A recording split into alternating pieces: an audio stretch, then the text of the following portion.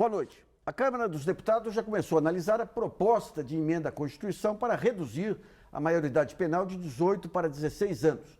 É um tema polêmico que envolve toda a sociedade brasileira. O Brasilianas de hoje discute os prós e contras de uma possível redução da maioridade. Há cerca de 2 anos, a Comissão de Constituição e Justiça do Senado analisou uma proposta semelhante que acabou sendo rejeitada. Para debater o tema, que além de envolver a Constituição, afeta diretamente o Estatuto da Criança e do Adolescente, o programa convidou o promotor de Justiça do Ministério Público de São Paulo, Fábio José Bueno. No Rio, a psiquiatra forense da Associação Brasileira de Psiquiatria, Kátia Meckler. E em Brasília, a secretária nacional de Promoção dos Direitos da Criança e do Adolescente, Angélica Goulart. E também contamos com a colaboração da jornalista Vanessa Casalino, que vai selecionar as perguntas já encaminhadas pelo portal brasilianas.org. Nesse primeiro bloco, vamos falar da maioridade penal, levando-se em conta o sistema prisional que temos no Brasil e também os sistemas de reabilitação dos menores. Eu queria primeiro, Fábio, que você explicasse direitinho a sua função dentro do Ministério Público para a gente situar o leitor. Ok. Eu trabalho na Promotoria da Infância e Juventude de São Paulo, mais especificamente num departamento que cuida da execução das medidas socioeducativas. É um departamento que tem por volta de 21 mil processos, né? Cada processo relativo a um menor infrator, e talvez seja o departamento judiciário com o maior número de execuções de medidas socioeducativas. Tá. Bem, quando a gente fala em redução de maioridade, tudo que está em jogo não é punição, não é vingança, é formas de recuperar os menores. Como que funcionam os sistemas socioeducativos hoje? Sim, o sistema socioeducativo ele é composto de 6 medidas, né? Internação, semiliberdade, liberdade assistida, prestação de serviços à comunidade, reparação de dano e advertência. São as medidas que são passíveis de serem aplicadas ao menor infrator. Então, o menor infrator ele fica longe do Código Penal e, tendo cometido um delito, ele vai responder, ele vai ser aplicada a ele uma dessas medidas. Não é? A internação, que é a medida que mais se assemelha a uma prisão, né, porque o adolescente é privado da liberdade, né, é uma medida que a lei diz que deve ser o mais breve possível e que tem um limite máximo de 3 anos. Né? Ele pode ficar lá 3 anos e existem o SINASE, que é o Sistema Nacional de Atendimento Socioeducativo, estabelecer algumas diretrizes para que, disciplinando a maneira como essa medida vai ser executada. Né?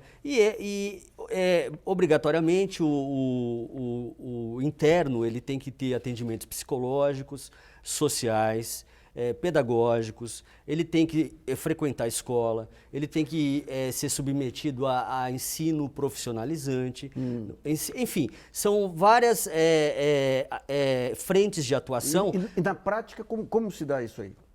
Olha, aqui em São Paulo, que é onde é o sistema que eu conheço mais de perto, realmente eles cumprem esse plano. Né? De um modo geral, a gente pode até discutir a qualidade do ensino, a qualidade dos cursos, a qualidade do atendimento psicossocial, isso tudo é questionável, evidentemente. Mas, de um modo geral, isso está sendo implementado, não é? E são formas de você mostrar para aquele adolescente que delinquiu que aquele não é o caminho correto e tentar guiá-lo aí. E qual que é o índice aí de sociabilização do menor aí? Olha, nós não temos no Brasil uma taxa oficial de reincidência, o que é um grave erro, não é? Porque através dela nós conseguiríamos medir o sucesso desse serviço. Não existe, tá? Mas o Conselho Nacional de Justiça fez um levantamento, em 2012, é o último levantamento do CNJ, onde ele avaliou cerca de 15 mil processos no Brasil inteiro. Tá? Esse total correspondia a mais de 80% dos processos de adolescentes internados do Brasil. Então, um panorama bastante considerável.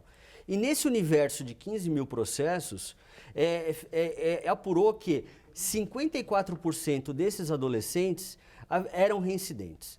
Tá? Então, a taxa de reincidência realmente ela é muito alta. Tá. Eu vou para o Rio de Janeiro com a Kátia Meckler, que é psiquiatra forense. Kátia, como é que você analisa esse tipo de trabalho que vem sendo realizado, a eficácia e o que é necessário para avançar nessa forma de recuperação dos menores? Como foi muito bem colocado, tudo indica que a taxa de reincidência, de fato, é muito alta. Então, esforços são necessários. Acho que as leis até existem, mas elas não são efetivadas e não são devidamente executadas. Então, está tudo previsto. De fato, o atendimento tem que ser amplo, multidisciplinar, a pessoa precisa de um atendimento social, psicológico, médico, familiar, enfim, tem toda uma perspectiva até sociológica, tudo isso tem que estar muito bem integrado, mas não é o que a gente verifica na prática. De fato, na medida socioeducativa, pelo menos aqui no Rio de Janeiro, o contato que eu tenho com o follow-up, digamos, dessas internações não é o resultado exatamente positivo. Então, como eu estou dizendo, assim, está tudo previsto o que deveria ser executado efetivamente. A lei, mas é a falta de uma gestão competente para recuperar os menores. É isso que você quer dizer, não? Sim, é isso que eu quero dizer. Eu queria ver então com a Angélica Goulart, que é secretária da Promoção de Direitos de Criança e Adolescência em Brasília. Ô, Angélica, como é que é feita a articulação entre a secretaria e as secretarias estaduais na montagem, na preparação de um sistema efetivo aí de recuperação dos menores? Que ferramentas que vocês têm, não apenas de implementação, mas de avaliação também? O sistema... boa noite, né? Primeiro, boa noite a todos. O sistema, ele é um sistema muito recente, né? Ele foi criado em janeiro de 2012 e como sistema, né? E que organizou e veio assim com uma proposta de organização das relações que se dão, né? Entre os vários entes que trabalham, tanto federativos quanto intersetoriais, que trabalham com a aplicação das medidas socioeducativas, né? Então, por exemplo, uma coisa que não foi dita é que as medidas socioeducativas em meio aberto são operacionalizadas pelos municípios e numa relação direta com o Ministério do Desenvolvimento Social, através dos CRAs e dos CREAs, principalmente dos CREAs. E as medidas em meio fechado são da gestão dos estados, né? Dos entes federados. O estado faz a gestão das medidas no meio fechado, que são as medidas de internação. E essa organização do sistema, como eu disse, é muito recente. Então, a partir de 2012, é que se criaram as normas, né, a normatização de como vai se dar essa relação, né? E muito recentemente, por exemplo, foi aprovado o Plano Nacional Socioeducativo e os estados todos estão trabalhando nos planos estaduais socioeducativos. E essa obrigatoriedade desse diálogo é que, obviamente, vai qualificar melhor todo esse sistema. Eu concordo com o doutor Fábio e com a doutora Kátia de que a gente ainda tem muito a construir e essa relação está se dando em termos de criar parâmetros de gestão, de segurança, de arquitetônicos, de educação, né? De educação para que o sistema, de fato, venha responder ao que ele se propõe, que é a reconstrução do projeto de vida desses meninos. Para isso, tanto gestores quanto todos aqueles que estão diretamente implicados no sistema precisam estar com esse foco, né? O objetivo é que essas instituições, tanto do meio aberto quanto do meio fechado, se proponham objetivamente a apoiar esses meninos na reconstrução do seu processo de vida, do seu projeto de vida, e só isso que, de fato, vai mudar essa realidade. Fábio, como que São Paulo, no caso, se relaciona, digamos, com Brasília? Como que é implementado esse plano em São Paulo? Olha, São Paulo tem seguido, de um modo geral, aí, as diretrizes do SINASE, não é? Nós verificamos algumas falhas, não é? Especialmente unidades que estão operando acima da capacidade, que tem mais adolescentes do que a estrutura comporta. Esse é um problema sério que São Paulo tem deixado a desejar aí, não é? Há unidades que chegam a ter um excedente de 80%, né? Então, existem algumas falhas ainda na implementação. Mas a conversa flui? Olha, aí essa questão é no plano dos executivos, Tá. aí eu realmente já não acompanho muito bem esse diálogo, Tá. né? Quando você fala em reincidência dos menores, essa reincidência, qual é o grau de gravidade, digamos, dessa reincidência? O menor que comete pequenos furtos continua cometendo pequenos furtos ou há uma gradação aí na reincidência? A propósito, Nassif, eu queria dizer o seguinte, que o debate em torno da maioridade penal tem se concentrado muito nas exceções. E tanto o furto, que é um crime que a miséria pode justificar, como aqueles crimes que revelam perversão, como o estupro, o latrocínio, eles são exceção nesse universo da delinquência juvenil. A grande maioria dos adolescentes que vão para o crime estão lá ou por roubo ou por tráfico. Não é? O próprio SINASE, né, que é o Sistema Nacional de Atendimento Socioeducativo, fez um levantamento, o último de 2012, que foi divulgado no ano passado, e verificou que dos 20.500 internos que havia no Brasil, tá, 38% mais ou menos tinham cometido roubo e 27% ou pouco mais tráfico de drogas. Essa é a regra nesse universo. Agora, de acordo com um estudo do Conselho Nacional de Justiça, também de 2012, esses são os últimos levantamentos que eu tenho a nível nacional, não é? Verificou o seguinte, que nesse universo de reincidentes, tá, a incidência de homicídios, latrocínios, crimes que resultaram na morte das vítimas era 3 vezes maior do que no universo de primários. Ou seja, depois do menor ter passado por uma internação, ele voltou a delinquir e voltou com mais gravidade. Agora, vamos imaginar o seguinte, porque o que se fala de presídios é que ele vai ser uma universidade do crime. Se você pegar esse universo de 16 a 18 anos, tirar de FEBEMs, como é que chama agora a FEBEM? Fundação Casa. Aqui, Fundação né? Casa aqui, e colocar num presídio, o que você espera dessa mudança? Olha, eu acho que seria realmente muito temerário isso. Eu acho que não é nem um pouco aconselhável isso, não é? Esses menores entre 16 e 18 anos que estão se iniciando, vamos dizer assim, na delinquência, né? Eles seriam presas fáceis dos adultos que estão lá envolvidos já com organizações criminosas. Então, assim, até como forma de se proteger, eles iriam buscar abrigo nessas organizações e se tornariam devedores para o resto da vida dela. Então, realmente, isso seria muito grave. Tá, filho. Eu queria ver com a Kátia. Kátia, qual que é a cabeça? Muito se fala hoje aí, não, que o jovem hoje ele amadurece mais rapidamente, que tem que ter as responsabilizações também mais cedo. Como que é a cabeça desse jovem de 16 a 18 anos que passou a barreira da legalidade, delinquiu ainda que de uma forma leve, mas já não é primário? Como é que funciona essa cabeça? Bom, assim, falar de maturidade nessa idade ainda é muito difícil, né, quando a gente fala em maturidade psíquica. Mas são 2 discussões, uma questão que acabam se entrelaçando. Uma questão é a maturidade, a outra questão é a responsabilidade. E, pelo menos na minha concepção e na minha experiência, um jovem entre 16 e 18 anos, em geral, tem uma capacidade de discernimento do caráter ilícito de um fato, né? Se é certo, se é errado, ou seja, pode haver a responsabilidade, não estou dizendo que em todos os casos, mas pode haver, na grande maioria dos casos, a responsabilidade pelo ato. Mas isso não significa que ele seja já uma pessoa madura psiquicamente. A gente está falando, uma coisa é a responsabilidade penal, outra questão é a maturidade psíquica, não necessariamente isso tem que andar junto. Porque quando a gente fala em responsabilidade penal, a gente está falando da capacidade da pessoa de entender o caráter ilícito do fato e de se determinar de acordo com esse entendimento. O entendimento do caráter ilícito do fato, em geral, a pessoa tem entre 16 e 18 anos.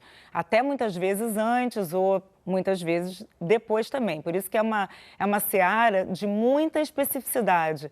E é preciso deixar claro também que são 2 discussões. Quando eu falo nisso, eu não estou dizendo que um jovem entre 16 e 18 anos vai minimamente se beneficiar do sistema prisional comum. Já a medida socioeducativa não tem se mostrado eficiente. Então, não é exatamente, quando eu falo na possibilidade da responsabilidade, não é dizendo, então esse jovem tem que ir para a prisão comum e ponto. Acho que a discussão ela é mais profunda. Enfim, tem muitos aspectos que precisam ser vistos. Tem que ser trabalhado num jovem para ele perceber que... Porque muitas vezes o jovem avança, comete um crime e considera que não tem retorno mais. Ele fica marcado.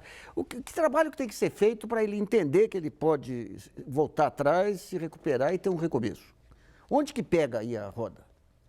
Pega em muitos pontos, né? Porque, primeiro, a própria questão do estigma. Esse jovem que vai cometer essa infração, já tem estudos que mostram isso, ainda mais os reincidentes, em geral são famílias desestruturadas e com ausência mesmo da figura paterna.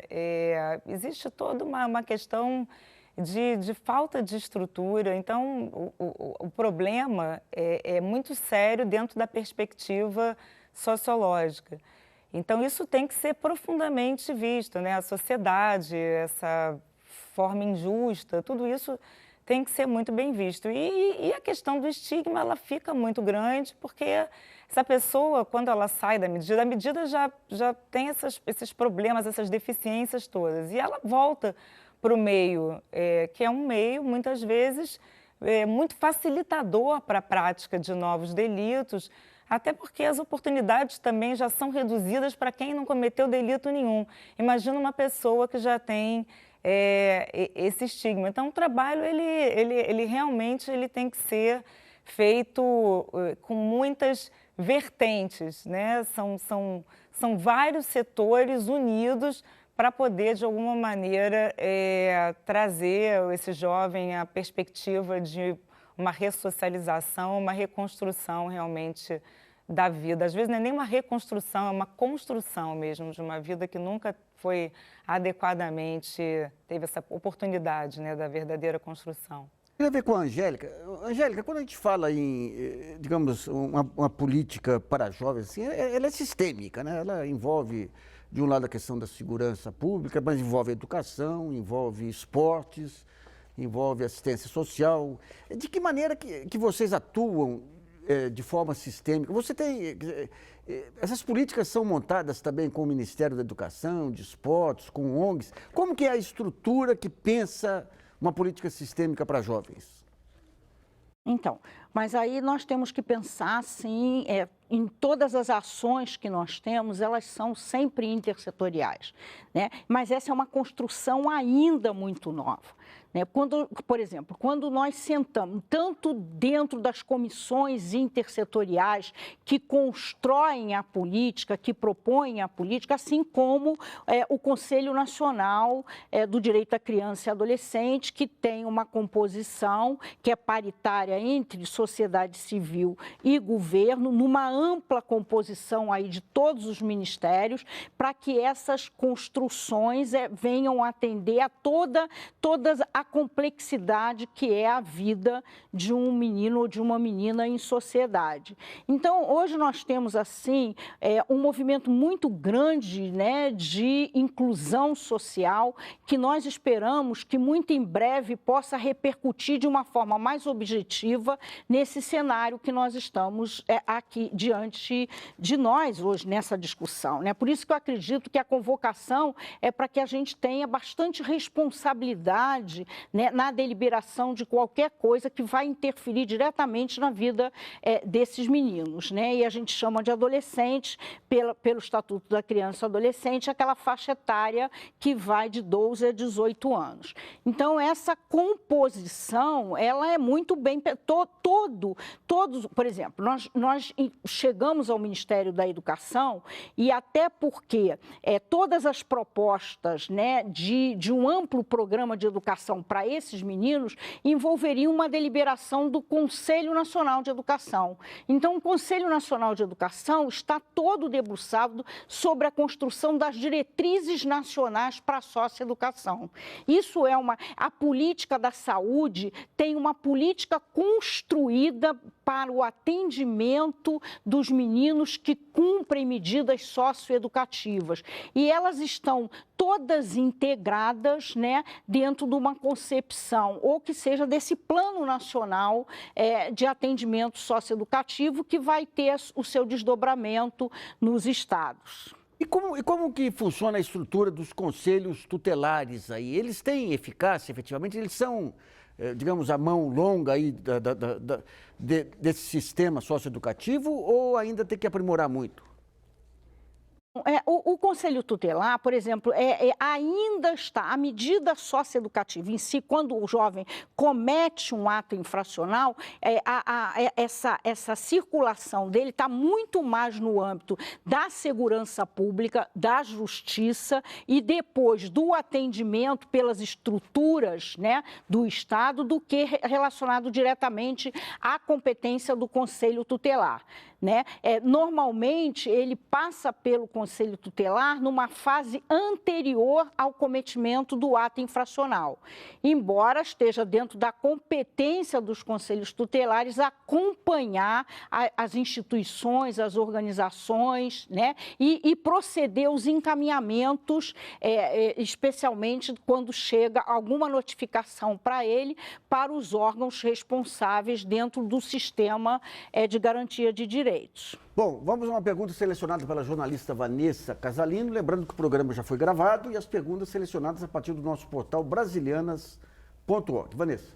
Boa noite, Nassif. Boa noite aos convidados. Boa noite a você que nos assiste. A pergunta é do Zé Souza, de Maceió, Alagoas. Ele diz o seguinte: leio uma matéria sobre os internos da Fundação Casa, que a maioria vem de lares desestruturados, sem pai e com menos de um salário mínimo, além de negros. Portanto, se ocorrer a redução da maioridade penal, não estaremos punindo ainda mais aqueles que já são vítimas, aumentando com isso as chances de se tornarem pessoas irrecuperáveis? É com você, Fábio. Aliás, essa é uma visão que tem prevalecido aí no debate sobre a maioridade penal. Os argumentos são muito mais ideológicos do que baseados em dados empíricos, né? Então, de um lado, você tem os conservadores, que acham que o menor infrator ou o criminoso adulto, ele deu vazão aos seus instintos maus, né, rompendo com a sociedade, e por isso deve ser punido. E de outro lado você tem os progressistas, né, vamos dizer assim, que dizem que não, que na verdade o homem nasce bom, ele é corrompido pela sociedade e se ele se tornar criminoso, ele é vítima, logo ele não deve ser punido. É mais uma visão ideológica, não é? Agora, a grande questão que a gente tem que colocar aqui é a seguinte: a delinquência juvenil ela tem aumentado bastante nos últimos tempos, né?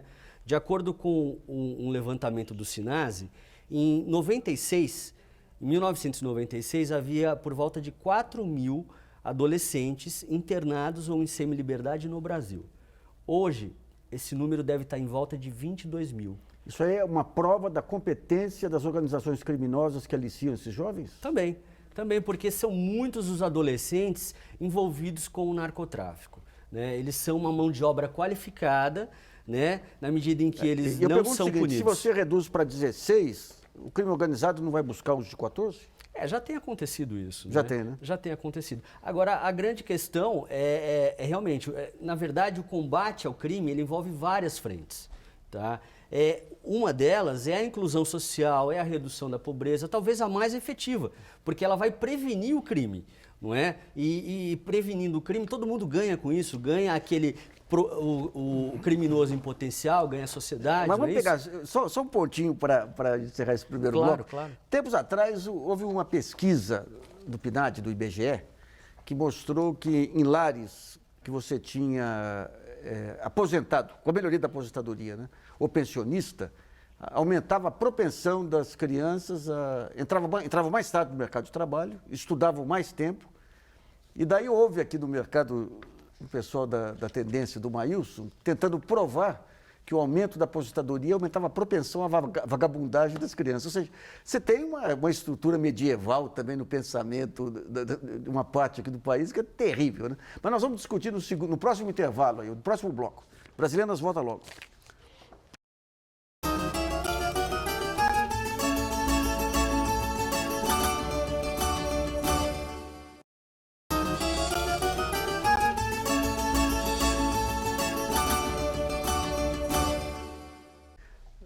Voltamos a apresentar o Brasilianas.org, que discute hoje a redução da maioridade penal. Nessa segunda parte, vamos falar da legislação no Brasil em comparação com outros países e também das experiências socioeducativas aqui em outros países. Eu começo com a legislação, com o promotor Fábio José Bueno. Como é que os países, em geral, tratam essa questão da maioridade penal? Olha, é grande o número de países onde a maioridade penal é 18 anos, não é? Mas assim, o sistema de punição é diferente. Então, por exemplo, na França, a maioridade penal ela se dá aos 13 anos, caso se comprove que esse adolescente entre 13 e 18 sabia o que fazia e tinha condição de autogoverno. Né? Então, existe entre 13 e 18 anos na França uma presunção relativa de incapacidade. Provada a capacidade, ele responde... E a punição, como é que é? Ele responde como adulto. E aí ele vai receber uma punição como adulto, ele vai incidir no Código Penal, não é? E vai ter uma redução de pena até em razão da imaturidade dele. O que é absolutamente plausível, não é? No Canadá, por exemplo, a maioridade penal em alguns crimes mais violentos, por exemplo, homicídio, latrocínio, pode se dar aos 14 anos. Países como a Suíça, a Suécia, 15 anos, não é? Então, assim, varia bastante. Estados Unidos, a maioria dos estados, e lá cada estado tem a sua legislação, em geral, lá a maioridade penal se dá aos 12 anos. Na Inglaterra, aos 10 anos. Agora, um diferencial, então isso acaba assustando, né? Imaginar que uma criança, né, de 10 anos pode ser punida. Agora, o diferencial desses sistemas é o seguinte: para esses menores que estão abaixo de 18 anos, existe um sistema chamado Sistema de Jovens Adultos. Não é? Então, eles são julgados por um ramo específico do judiciário, existe uma justiça especializada para esse público e eles cumprem penas em presídios especiais para essa faixa etária. Esse é o ponto. Eu queria ver com a Kátia, lá do Rio de Janeiro, que é psiquiatra forense. Kátia, a gente... vê casos aí de menores aí que cometem crimes absurdos, crimes... O Chapinha é o caso típico aí. E de outros que entram no crime por necessidade.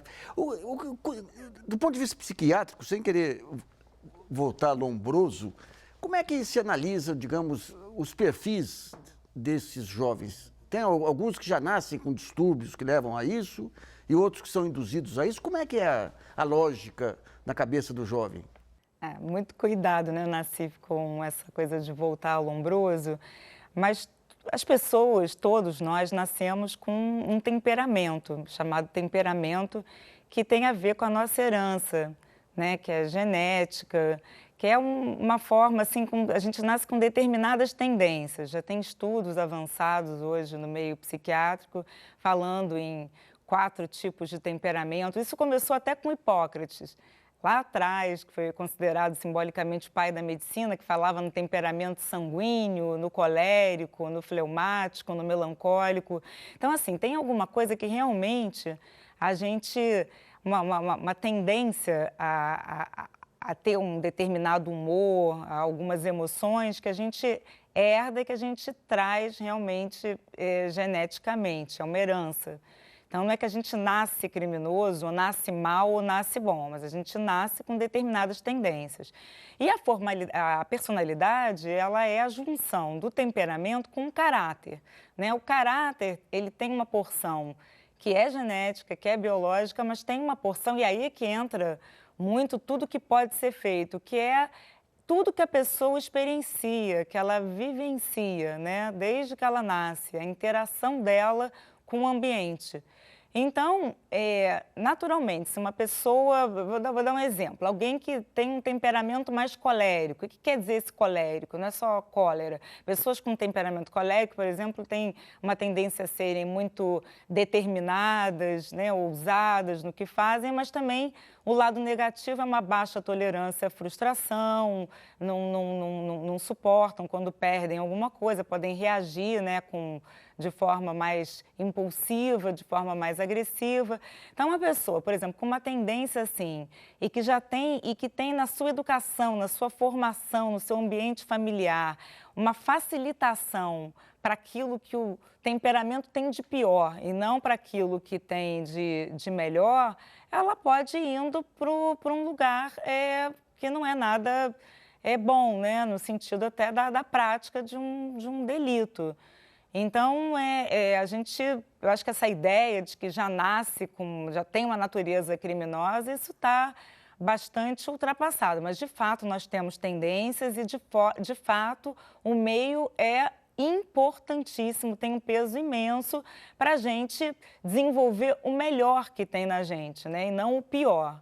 Agora, a condição social, ela define... Se você pega Castelinho, aqui em São Paulo, ou o Massacres de Maio de 2006, você tinha o PM na frente que matava, que tinha essa propensão, e você tinha o secretário que autorizava, que planejava, que tinha essa propensão.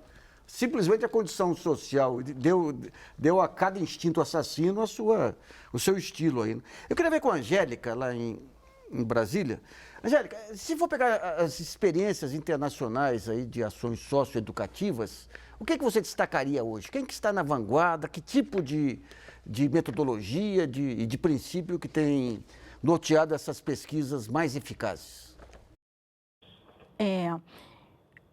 Esse é um assunto bastante complexo, Nassif, para todos os países, principalmente os países aqui da nossa região. Você vê que o Uruguai, recentemente, no final do ano passado, viveu um plebiscito, né, junto com a eleição presidencial, que a população decidiu se rebaixava ou não rebaixava a idade penal. E são realidades, assim, muito próximas. Hoje, a gente pode apontar, eu vou falar aqui de uma experiência que é a questão da justiça restaurativa, né? Que é um tipo de olhar, um tipo de atendimento que trabalha com a reconstrução desse ambiente, com a negociação, com a troca e com acordos e com diálogo, que é uma concepção muito diferenciada do que hoje nós temos na negociação desses conflitos, né?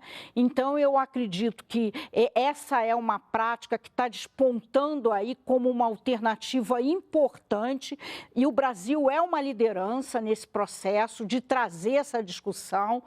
Acabou mesmo, agora mesmo no Rio de Janeiro, teve uma formação de dias de toda a rede, no sentido de aprofundar o entendimento e a possibilidade da implantação da justiça restaurativa. Hoje tem muitos juízes que já estão com um olhar atento para essa possibilidade, e nós entendemos que essa relação, né, de quem executa a medida socioeducativa e o sistema de justiça e a segurança pública, essa relação ela precisa ser aprimorada, ela precisa ter um outro grau de aproximação, de debate, de entendimento, para que a gente, de fato, consiga dar um passo adiante no olhar para essa realidade.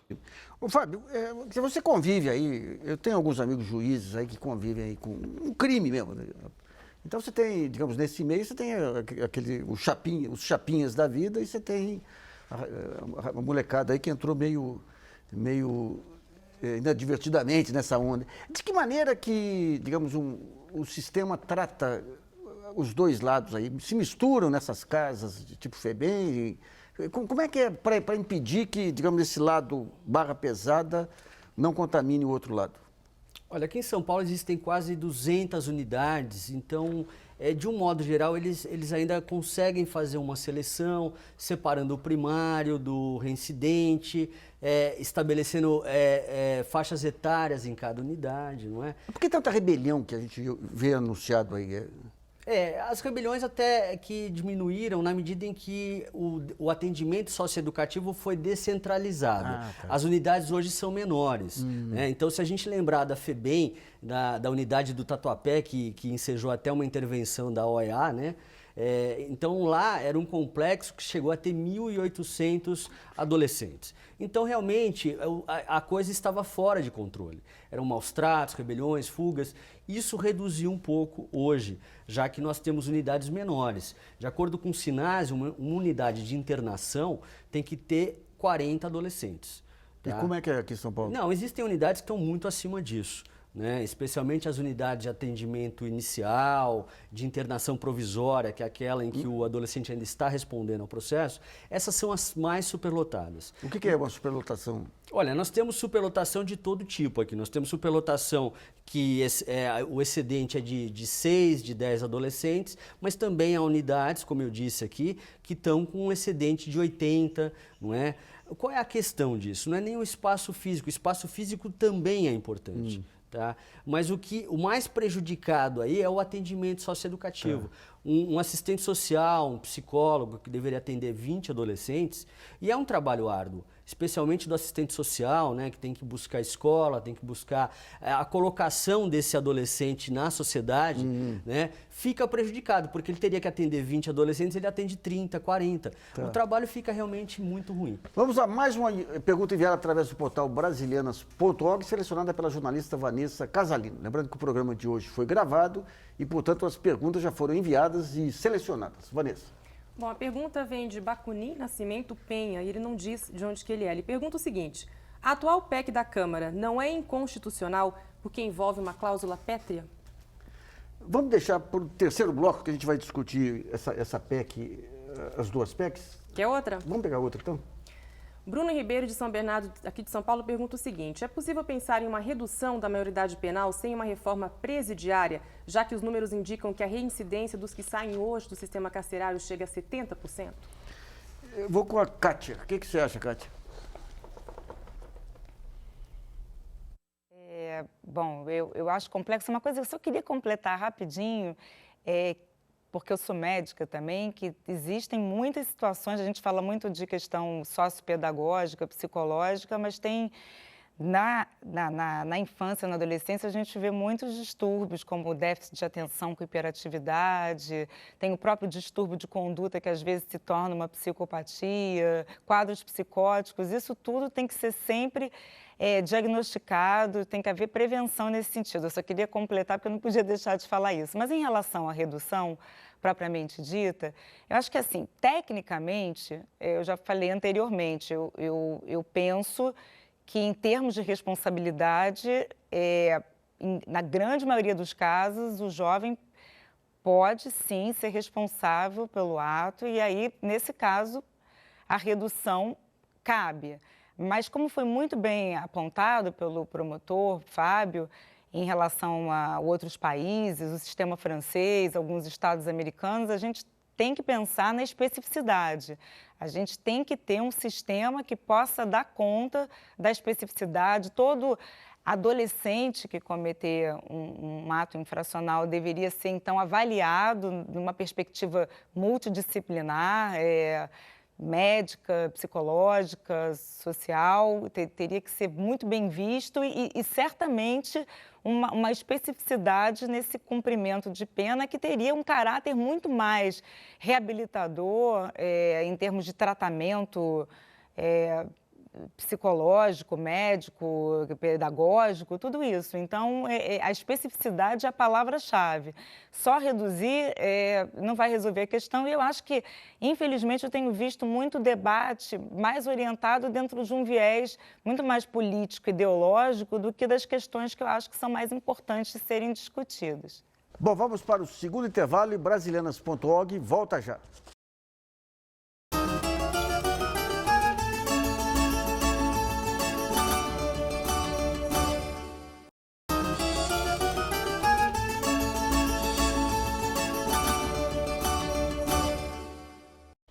Voltamos a apresentar o brasilianas.org sobre a redução da maioridade penal. Nessa última parte do programa, vamos fazer uma comparação entre a proposta de emenda 171 da Constituição, que será analisada na Câmara, e a proposta 33, debatida no ano passado no Senado. Fábio, você que é da área jurídica, quais são as diferenças entre as duas? Olha, a atual reduz pura e simplesmente a maioridade penal para 16 anos, né? Então, a Constituição fala que são penalmente inimputáveis os menores de 18 anos. Onde se lê 18, vai constar 16. E todos os problemas estão resolvidos. Pura e simplesmente, exatamente. Como se essa fosse a panaceia para a criminalidade, o que não é, né? E a PEC anterior tratava de uma flexibilização do conceito de maioridade penal, estabelecendo algumas exceções a regra de 18 anos para crimes mais violentos, né? Enfim. Na verdade, são propostas que vêm ao encontro da vontade da grande maioria da população, né? Pesquisas de opinião dizem aí que quase a totalidade do povo é favorável à redução, né? Porque entende que está havendo uma falha na punição desses adolescentes, né? E quando a gente fala em punição, se fala muito em ressocialização. Escuta, mas vai adiantar? Porque se não ressocializa o adulto, vai ressocializar o menor? Né? Os índices de ressocialização, como eu disse, tanto no atendimento socioeducativo como no sistema prisional, são pequenos, até porque não é só a pena, não é? Mas também a abertura de novas possibilidades, não é? Para que o sujeito saia do mundo do crime. Não é? Então, mas a questão da ressocialização não é o único aspecto da pena a ser analisado. A pena ela tem outros aspectos também, que é o aspecto de repressão do crime e de prevenção. Na medida em que você pune um criminoso e dá a ele um preço proporcional ao crime que ele cometeu, não é? Você faz aquilo para dissuadi-lo do crime e para prevenir os criminosos em potencial. Você acha que nessa faixa aí de assaltos, mesmo assassinatos, tudo, o sujeito quando ele parte para o crime, ele está fazendo os cálculos aí de custo-benefício também ou é algo muito mais intuitivo de... Porque quem entra numa dessa, ele está correndo o risco de levar tiro. Os riscos são amplos. Né? Quem está entrando num assalto corre o risco de muito maior. Você acha que esse cálculo, que para o colarinho branco funciona? Para o colarinho branco. Funciona. Mas para o jovem que está nessa linha de frente de violência, ele vai fazer esse cálculo aí para... Eu acho que eles fazem, Nassif, porque nós vemos muitos infratores lá no fórum onde eu trabalho. Existe há muitos infratores transitando por ali, né? Esse sentimento de impunidade é muito presente entre eles. Exatamente. Existem até algumas gírias, né, entre eles que entendem o seguinte: olha, eu vou fazer isso, é errado, eu sei que é errado, eles sabem, eles têm perfeita noção de que aquilo é errado, não há que se discutir aí se o menor entre 16 e 18 tem consciência ou não, eles têm consciência, não é? Isso eu acho que ninguém duvida, não é? Apesar da impulsividade que é típica do adolescente, mas eles trabalham com essa possibilidade de que se eles forem pegos, e é difícil ser pego porque a polícia é ineficiente, mas se ele for pego, o preço a pagar se resume a alguns meses de Fundação Casa. Kátia, o que leva, qual a motivação maior aí dos jovens para, digamos, entrar para o crime? A gente teve nos últimos anos uma grande inclusão social, uma descoberta do consumo pelas famílias de menor renda. De alguma maneira, essa questão do consumo que é o motor, digamos, dos assaltos, ou tem outras facetas aí? Tem muitas facetas. Já tem um estudo muito interessante dizendo que o ambiente de um jovem, o ambiente escolar, o ambiente em termos de relacionamentos com amigos, é mais importante até, muitas vezes, do que a própria relação com pai e mãe. Então, o ambiente desse jovem pode ser muito facilitador para isso, a gente vê isso nas comunidades que têm muito menos acesso a tudo. A questão do uso de álcool e drogas é muito detonador também desse tipo de prática e até da maior impulsividade, mas não necessariamente vai ser uma impulsividade que vai retirar a responsabilidade, né? Então, isso tem que ser muito bem separado. Mas a questão das drogas e do álcool também é muito importante e falta de opções alternativas mais saudáveis, mais construtivas, né? A questão do esporte, atividades culturais, tudo isso podia ser tão mais enfatizado. Enfim, são tantos aspectos que poderiam diminuir essa possibilidade do jovem incorrer em determinadas práticas. Vou fazer uma pergunta, aproveitando que você está no Rio aí. Ontem eu participei de um debate aqui em São Paulo que tinha uma liderança do movimento funk aqui. E ele dizia de que maneira que eles estavam tentando estimular o jovem para a cultura, para sair desse consumismo, dessa negócio de virar playboy aí, que virou um modelo aí. E como que essa parte cultural se reflete aí na juventude aí do Rio? tem trabalhos assim que são interessantíssimos, né? Que não são nem... Acho que a imprensa também tem muito esse papel, né? Porque eu vejo jornal, por exemplo, hoje em dia só se fala em tragédias, em coisas horríveis. Eu acho que esses projetos que acontecem, são vários, eu fico sabendo toda hora de um, eles poderiam ser mais divulgados, eu acho que poderia haver muito mais ênfase, né, mas eu acho assim fundamental, se a pessoa tem mais, por exemplo, se ela tem uma questão mais com esporte, poder ter oportunidade de fazer esporte, tem gente que tem muito talento musical ou com teatro, isso certamente pode ser um fator para coibir a violência, o ódio e essas inserções nocivas. Ô, Angélica, de que maneira que é o relacionamento aí da Secretaria, por exemplo, com o Ministério da Cultura? O Ministério da Cultura, com esses pontos de cultura, em algumas cidades, aqui em São Paulo teve essa questão dos centros culturais também, o Rio, em algum momento, teve, esqueci o nome lá, os CIEPs, né, do Brizola. De que maneira que vocês analisam o impacto dessas iniciativas na questão do jovem criminoso?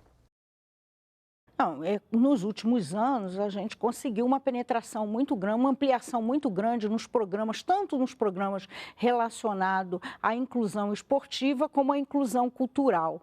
Mas a gente há de convir que é muito difícil essa competição quase que desleal, né? Da presença do tráfico de drogas, do crime organizado nas comunidades, especialmente nas comunidades aonde estão a maioria desses meninos e meninas, que são meninos e meninas, né? É importante dizer isso, de baixa escolaridade, de famílias de baixíssima renda, de periferia, negros e negras. Então, está dada aí uma situação de uma falta muito grande de oportunidades, né? E obviamente, penetrar, e a gente haja visto a situação hoje do alemão, né? E de tantas, eu vou citar o alemão, como tantas outras comunidades pelo Brasil afora, de como essas políticas precisam chegar e se consolidar nessas comunidades para mudar um pouco esse panorama. E a gente ainda não conseguiu essa penetração, embora exista muito esforço, especialmente da presença, eu acho, de uma aliança aí do Estado com algumas organizações e alguns movimentos sociais da sociedade civil, no sentido de ganhar essa capilaridade, mas eu acho que essa disputa ainda é uma disputa desigual, né? Tem o programa Juventude Viva, um programa que é ligado à Secretaria de Juventude, que é importante de levar e organizar essas políticas para elas chegarem de forma mais organizada e com maior capilaridade nessas regiões de menor oportunidade. Então, eu acho que aí esse deveria ser o esforço, essa deveria ser a preocupação do enfrentamento da letalidade desses jovens, que são números absurdos, né? Então, esse é o movimento que hoje nós entendemos que deveria estar na pauta para combater a questão da impunidade e o enfrentamento à violência. Bom, vamos a outra pergunta enviada através do portal brasileiras.org, selecionada pela jornalista Vanessa Casalino. Bom, Nassif, vamos refazer então a pergunta do Bacunim Nascimento Penha, que quer saber se a atual PEC da Câmara não é inconstitucional porque envolve uma cláusula pétrea. É cláusula pétrea? Não, para mim não é. Tá. E eu já ouvi alguns ministros do Supremo Tribunal Federal também dizendo que entendem que não é cláusula pétrea. As cláusulas pétreas, elas são 4, não é? Elas são o núcleo duro da Constituição, né? Querem dizer o seguinte, olha, aqui não se mexe, né? Forma federativa de Estado, voto direto, secreto, universal e periódico, não é? A separação de poderes e os direitos e garantias individuais. Qual é a leitura que se faz daí? Primeiro, eu não posso acreditar que qualquer direito e garantia individual previsto na Constituição seja uma cláusula pétrea, porque aí a gente engessa a Constituição. Você pode mudar o direito. Então a gente tem que interpretar isso de forma restritiva, não é? Então, assim, a maioridade penal é questão de política criminal, não era nem para estar na Constituição. Então, é o que se diz aí no universo jurídico, que é uma matéria que não é materialmente constitucional, ela é formalmente. Embora ela esteja lá, não é matéria de Constituição. Então, para mim, esse não é um direito e garantia individual a ser colocado no rol das regras imutáveis. Não é? As cláusulas pétreas, na verdade, foram uma construção para proteger o Estado democrático de direito contra o retorno do autoritarismo. Então, se nós verificarmos essas cláusulas em conjunto, verificaremos lá que a intenção qual é? É descentralizar o poder, é dividir o poder, é dar participação ao povo. Então, assim, um direito e garantia individual que seria a cláusula pétrea. O direito à liberdade de expressão, o direito à propriedade, o direito à proteção judicial, isso é cláusula pétrea, isso não se mexe. Garantias individuais que são cláusulas pétreas, habeas corpus, mandados de segurança, isso também não se mexe. Ué, existe? Eu achei que tinha sido removido aí para Lava Jato. Bom, o programa Brasileiros.org sobre a redução da maioridade penal termina por aqui. Eu agradeço a participação do promotor de justiça do Ministério Público de São Paulo, Fábio José Bueno, da psiquiatra forense da Associação Brasileira de Psiquiatria, Kátia Meckler, e da secretária nacional de promoção dos direitos da criança e do adolescente, Angélica Goulart. E também agradeço a colaboração da jornalista Vanessa Casalino e de você que nos acompanhou em mais essa edição. E lembre-se de continuar colaborando e vendo sugestões, textos e vídeos para o portal brasilianas.org. Esse espaço aqui também é seu. E voltamos na próxima segunda-feira, às 8 horas da noite. Até lá.